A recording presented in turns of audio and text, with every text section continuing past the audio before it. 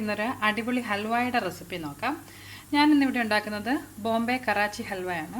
ഇത് ഉണ്ടാക്കുന്നതിന് വേണ്ടിയിട്ട് നമുക്ക് കോൺഫ്ലോർ ആണ് വേണ്ടത്. ഞാനിവിടെ ഒരു 1/2 കപ്പ് കോൺഫ്ലോർ എടുത്തിട്ടുണ്ട്. ഈ 1/2 കപ്പ് കോൺഫ്ലോർ എടുക്കുമ്പോൾ നമുക്ക് ടോട്ടൽ ഒരു 2.5 കപ്പ് വെള്ളം വേണം. നിങ്ങൾ ഏത് മെഷർമെൻറ്റ് കപ്പ് കൊണ്ടാണോ കോൺഫ്ലോർ അളക്കുന്നതെന്നാൽ ആ സെയിം കപ്പ് തന്നെ വെള്ളം എടുക്കാനും യൂസ് ചെയ്യണം.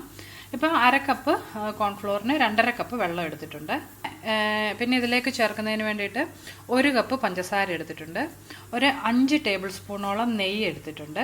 പിന്നെ നമ്മൾ ഇതിലേക്ക് കളറിന് വേണ്ടിയിട്ട് ആർട്ടിഫിഷ്യൽ കളേഴ്സ് ഒന്നും ചേർക്കുന്നില്ല.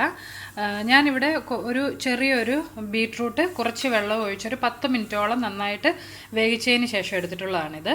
ആ വെള്ളവുമുണ്ട് ഇതിൻ്റെ കൂടെ. ഇത് നമുക്ക് നന്നായിട്ടൊന്ന് അരച്ചതിന് ശേഷം അരിച്ച് ആ നീര് മാത്രം ഒന്ന് എടുക്കണം. പിന്നെ നിങ്ങളുടെ കയ്യിൽ ഫുഡ് കളർ ഉണ്ടെന്നുണ്ടെങ്കിൽ നിങ്ങൾക്ക് ചുമപ്പോ അല്ലെങ്കിൽ ഓറഞ്ചോ ഫുഡ് കളർ വേണമെങ്കിലും യൂസ് ചെയ്യാം. ഞാനിവിടെ ഇപ്പം ആർട്ടിഫിഷ്യൽ കളേഴ്സ് ഒന്നും യൂസ് ചെയ്യുന്നില്ല. പിന്നെ ഒരു 1/2 ടീസ്പൂണോളം ഏലക്ക പൊടിച്ചത് വേണം. പിന്നെ കുറച്ച് കാഷ്യൂനട്ടും പിസ്തായും ഞാനിവിടെ എടുത്തിട്ടുണ്ട്. നിങ്ങളുടെ കയ്യിൽ ബദാം ഉണ്ടെങ്കിൽ അതാണെങ്കിലും യൂസ് ചെയ്യാം.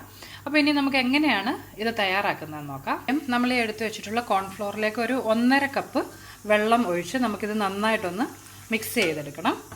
ഒട്ടും ഇങ്ങനെ ലംസ് ഒന്നും ഇല്ലാതെ നന്നായിട്ട് ഇത് മിക്സ് ചെയ്തെടുക്കാൻ ശ്രദ്ധിക്കണം. കുറച്ച് വെള്ളം ചേർത്ത് നമുക്കിതൊന്ന് മിക്സ് ചെയ്തെടുക്കാം. ഇതിപ്പോൾ ഞാനിവിടെ മിക്സ് ചെയ്തെടുത്തിട്ടുണ്ട്. അല്പം പോലും തരികളൊന്നും ഇല്ലാതെ നന്നായിട്ട് മിക്സ് ചെയ്തെടുത്തിട്ടുണ്ട്. ഇനി അടുപ്പിൽ ഒരു പാൻ വെച്ചതിന് ശേഷം അതിലേക്ക് നമ്മൾ എടുത്ത് വെച്ചിട്ടുള്ള പഞ്ചസാര ഒന്ന് ചേർത്ത് കൊടുക്കാം. അതുപോലെ ബാക്കിയുള്ള വെള്ളവും കൂടി ഇതിലേക്ക് ചേർത്തതിന് ശേഷം ഇത് നന്നായിട്ട് ഒന്ന് യോജിപ്പിച്ചെടുക്കണം. പിന്നെ നമുക്കിത് ഹൈ ഫ്ലെയിമിൽ വെച്ച് നല്ലതായിട്ടൊന്ന് തിളച്ച് വരുന്നത് വരെ വെയിറ്റ് ചെയ്യാം. ഇപ്പോൾ നമ്മുടെ പഞ്ചസാര നീര് നന്നായിട്ട് തിളയ്ക്കാൻ തുടങ്ങിയിട്ടുണ്ട്. ഞാൻ ഇൻഗ്രീഡിയൻസ് പറഞ്ഞ കൂട്ടത്തിൽ പറയാൻ വിട്ടുപോയതാണ്. നമുക്ക് ഒരു ടീസ്പൂൺ നാരങ്ങാനീരൂടെ വേണം.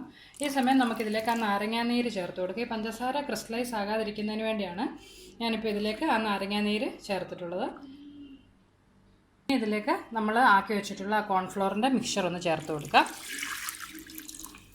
ഇത് നന്നായിട്ട് ഇനി ഇളക്കി കൊടുത്തുകൊണ്ടേയിരിക്കണം. ഇത് കുറച്ച് നേരം ഇളക്കി കഴിയുമ്പോൾ ഇത് തിക്കാകാൻ തുടങ്ങും. അതുകൊണ്ട് കൈ എടുക്കാതെ ഇളക്കി കൊടുക്കുക, ഇല്ലെങ്കിൽ ചിലപ്പോൾ അടിയിൽ പിടിക്കാൻ ചാൻസ് ഉണ്ട്. ഇതിപ്പോൾ തിക്കാകാൻ തുടങ്ങിയിട്ടുണ്ട്. നമുക്ക് ഇതിലേക്ക് 1 ടേബിൾ സ്പൂൺ നെയ്യ് ആദ്യം ഒന്ന് ചേർത്ത് കൊടുക്കാം. അതിനുശേഷം ഇത് നന്നായിട്ട് ഇളക്കി കൊടുത്തുകൊണ്ടേയിരിക്കണം. ഇപ്പോൾ കുറച്ചുകൂടെ തിക്കായിട്ടുണ്ട്. ഇനി നമുക്ക് ഇതിലേക്ക് 1 ടേബിൾ സ്പൂൺ നെയ്യ് കൂടി ചേർത്ത് കൊടുക്കാം.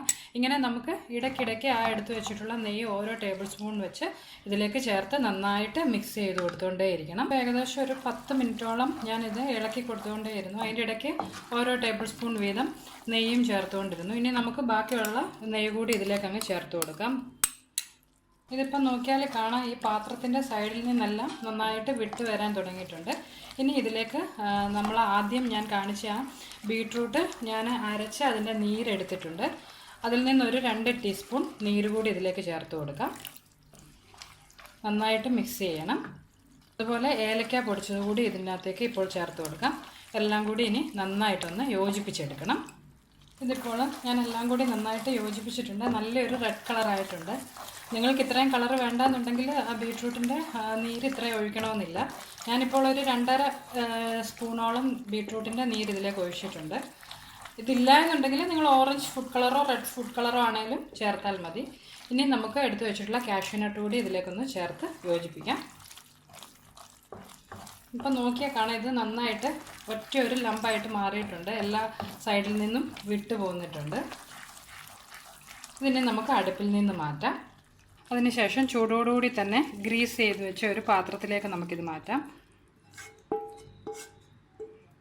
എല്ലായിടവും ഒന്ന് ലെവലാക്കി കൊടുക്കണം.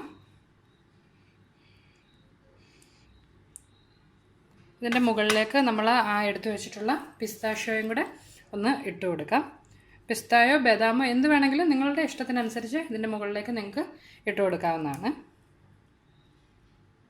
ഇതിപ്പോൾ തയ്യാറായിട്ടുണ്ട്. നമുക്കിനി ഇത് തണുത്ത് വരുന്നതിന് വേണ്ടി വയ്ക്കാം. തണുത്തതിന് ശേഷം നമുക്കിത് ഇഷ്ടമുള്ള ഷേപ്പിൽ കട്ട് ചെയ്തെടുക്കാം.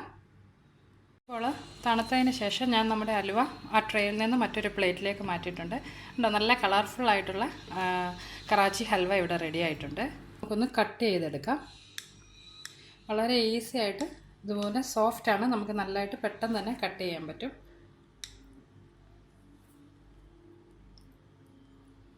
ഉണ്ടോ, നോക്കിയാൽ കാണാം നല്ല സോഫ്റ്റ് ആയിട്ടുള്ള ഹൽവ ഇവിടെ റെഡി ആയിട്ടുണ്ട്. ഇത് ഒരു കണ്ടെയ്നറിലാക്കി വെച്ചാൽ 3-4 ദിവസത്തേക്ക് കേടുകൂടാതെ ഇരിക്കും. അപ്പോൾ എല്ലാവരും ഇത് ട്രൈ ചെയ്ത് നോക്കുക. നല്ല ടേസ്റ്റി ആയിട്ടുള്ള ഹൽവയാണ്. നിങ്ങൾക്ക് എൻ്റെ റെസിപ്പീസ് ഇഷ്ടമാകുന്നുണ്ടെങ്കിൽ മറക്കാതെ എൻ്റെ യൂട്യൂബ് ചാനൽ സബ്സ്ക്രൈബ് ചെയ്യണം.